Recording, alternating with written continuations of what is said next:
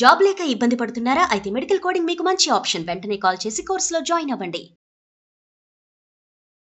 నమస్తే, welcome back to Suman TV. నేను మీ సంజయ్. ఈరోజు మనతో పాటు ఉన్నారు immigration law consultant advocate Aditya Mallela గారు. సార్తో మాట్లాడి అసలు గ్రీన్ కార్డ్ గురించి, గ్రీన్ కార్డ్ వల్ల వచ్చే బెనిఫిట్స్ గురించి కొన్ని విషయాలు తెలుసుకుందాం. నమస్తే సార్. హలో అండి. సార్, ఇప్పుడు పెద్ద పెద్ద యుద్ధాలే జరుగుతున్నాయి సార్ ప్రజల మధ్య. ఆలోచనలు యుద్ధాలు అంటారు వీటిని. అసలు సిటిజన్షిప్ ఉంచుతారా, తీసేస్తారా, బర్త్ రైట్ సిటిజన్షిప్ గురించి, గ్రీన్ కార్డ్ గురించి, వీటి గురించి రకరకాల టెన్షన్స్, ఇంటెన్షన్స్ అనేవి నడుస్తూ ఉన్నాయి. అసలు గ్రీన్ కార్డ్ అని కొట్టుకుంటున్నారు ప్రజలు. అసలు ఈ గ్రీన్ కార్డ్ వల్ల బెనిఫిట్స్ ఏంటి సార్? అసలు గ్రీన్ కార్డు మనకు కానీ ఒక గ్రీన్ కార్డ్ వస్తే, అమెరికన్ సిటిజన్షిప్ గ్రీన్ కార్డ్ వస్తే మనకు వచ్చే బెనిఫిట్స్ ఏంటంటారు? అసలు గ్రీన్ కార్డ్ వల్ల చాలానే బెనిఫిట్స్ ఉన్నాయండి. సో అసలు గ్రీన్ కార్డ్ అనేది ఎవరికైనా మన వాళ్ళందరికీ కూడా డ్రీమ్. యుఎస్ వెళ్ళిన వాళ్ళందరికీ వాళ్ళు అక్కడ మేము సెటిల్ అయ్యాము అని చెప్పుకోవాలి అంటే మ్యాండేటరీగా వాళ్ళకి గ్రీన్ కార్డ్ ఉండాలి. ఓకే. సో గ్రీన్ కార్డ్ అంటే అసలు ఏంటి? ఇప్పుడు పర్మనెంట్ రెసిడెంట్ అంటే నిన్నెవ్వరూ ఆ కంట్రీలో నుంచి ఎల్లగొట్టలేరు అనుకో. నువ్వు పర్మనెంట్గా అక్కడ రెసిడెంట్. ఇప్పుడు ఎన్ఆర్ఐ అనగానే మనకేంటి, నాన్ రెసిడెంట్ ఇండియన్. అంటే నువ్వు వెళ్ళిపోయి అబ్రాడ్లో మోర్ దెన్ ఒక 180 days అబ్రాడ్లోనే ఉన్నావు అనుకోండి ఎగ్జాంపుల్కి, అప్పుడు నిన్ను ఎన్ఆర్ఐగా గుర్తిస్తారు. సో గ్రీన్ కార్డ్ హోల్డర్ అంటే ఏంటి? యుఎస్లో మీరు ఎప్పటి నుంచో ఉండి మీరు పర్మనెంట్ రెసిడెంట్ అయ్యారనుకోండి అక్కడ, దాన్ని గ్రీన్ కార్డ్ హోల్డర్ అంటారు. ఇప్పుడు చాలా కంట్రీస్లో మీకు సిటిజన్షిప్ ఇవ్వవు. మనకి మిడిల్ ఈస్ట్ కంట్రీస్ చూసారనుకోండి, సిటిజన్షిప్ కాన్సెప్ట్ అనేది వాళ్ళకి లేదు. అక్కడ ఏంటంటే మీరు ఓన్లీ పర్మనెంట్ రెసిడెంట్ అవ్వచ్చు. ఓకే. అవి కూడా ఏంటంటే ఎప్పటికప్పుడు రెన్యూ చేసుకోవాలి. యుఎస్లో అయినా మనకి 10 years తర్వాత రెన్యూ చేసుకుంటూ ఉండాలి. అలానే గ్రీన్ కార్డ్ అనగానే గ్రీన్ కార్డ్ స్టేటస్ మెయింటైన్ చేయాలి. మ్యాండేటరీగా ఏంటంటే in a given year every 6 monthsలో అట్లీస్ట్ 3 to 4 weeks ఒకసారి అయినా మీరు అక్కడికి వెళ్ళి విజిట్ చేస్తూ వస్తూ ఉండాలన్నమాట. సో అప్పుడే మీ గ్రీన్ కార్డ్ స్టేటస్ మెయింటైన్ అయింది. సో గ్రీన్ కార్డు, సిటిజన్షిప్ అందరూ చాలా మంది ఒకటే అనుకుంటారు, రెండు డిఫరెంట్. ఫస్ట్ మీకు గ్రీన్ కార్డు రావాలి అంటే మీరు మ్యాండేటరీగా ఎవరో ఒకళ్ళు మీకు ఎంప్లాయర్ స్పాన్సర్ చేయాలి. అంటే గ్రీన్ కార్డ్ మీరు అప్లై చేసుకోవడానికి. అసలు ముందు గ్రీన్ కార్డ్ అప్లై చేయాలి అంటే మన వాళ్ళు అసలు ఎలా వెళ్తున్నారు? స్టూడెంట్ వీసా మీద వెళ్తారు. స్టూడెంట్ వీసా అయిపోయినాక ఓపీటీ అని ఉంటుంది, ఓపీటీ వర్క్ చేసుకుంటారు. అలానే లాటరీ సిస్టమ్ ఉంటుంది వర్క్కి. ఆ లాటరీ సిస్టంలో ఎంప్లాయర్ ఎవరో స్పాన్సర్ చేయాలి. వాళ్ళు వచ్చేసి ఆ ఎంప్లాయర్ స్పాన్సర్ చేశాక వాళ్ళతో అక్కడ జాయిన్ అయ్యి ప్లస్ లాటరీలో వీసా పిక్ అయినాక వాళ్ళు ఆ ఎంప్లాయర్తో వర్క్ చేస్తున్నప్పుడు వాళ్ళు ఆ ఎంప్లాయర్ ద్వారా గ్రీన్ కార్డుని మనం గ్రీన్ కార్డు ఫైల్ చేయాలి. ఓకే. సో ఇప్పుడున్న సిచ్యువేషన్లో ఏమవుతుంది, ఇండియన్స్కి వచ్చిన ఛాలెంజ్ ఏంటి? గ్రీన్ కార్డ్ అసలు వస్తుందా లేదా? అసలు గ్రీన్ కార్డ్ వదిలేసండి, ముందు వర్క్ వీసాలు వస్తాయా లేవా అనేది క్లారిటీ లేదు.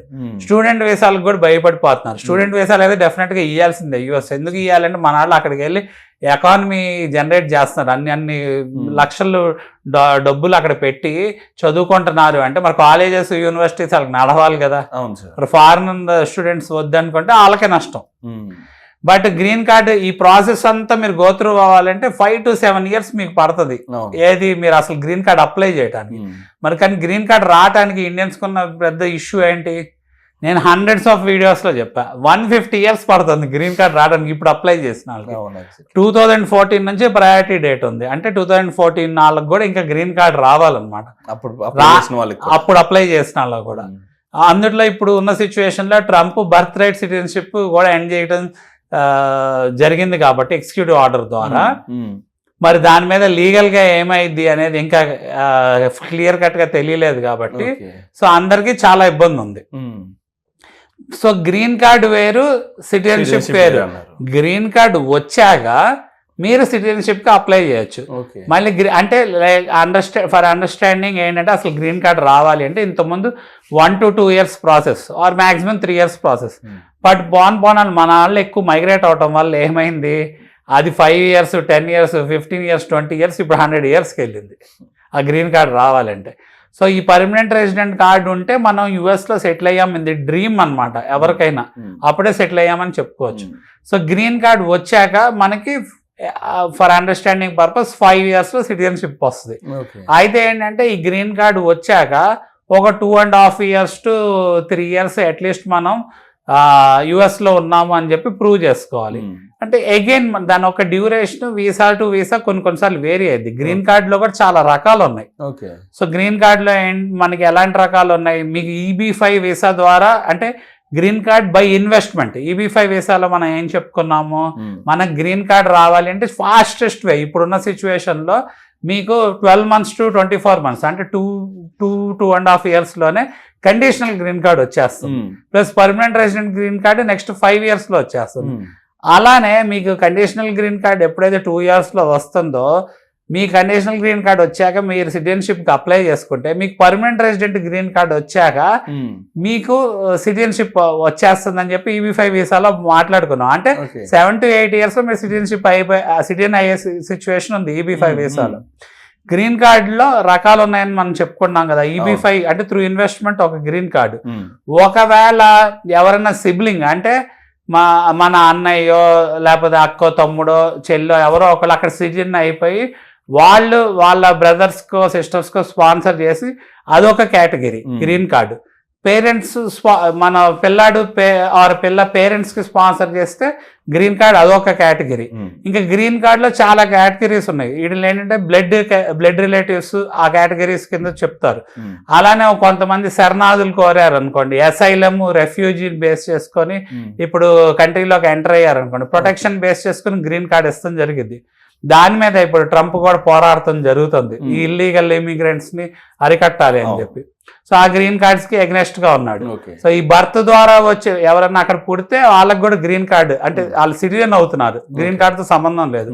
సో అంటే గ్రీన్ కార్డు హోల్డర్ కూడా సిటిజన్షిప్ కి ఈక్వలెంట్ అనుకోవచ్చు. బట్ సిటిజన్షిప్ వేరు, గ్రీన్ కార్డ్ వేరు. గ్రీన్ కార్డ్ హోల్డర్ కి ఏంటంటే ఓటింగ్ రైట్స్ ఉండవు, పర్మనెంట్ రెసిడెంట్ రైట్స్ ఉంటాయి, రెన్యూ చేసుకోవాలి.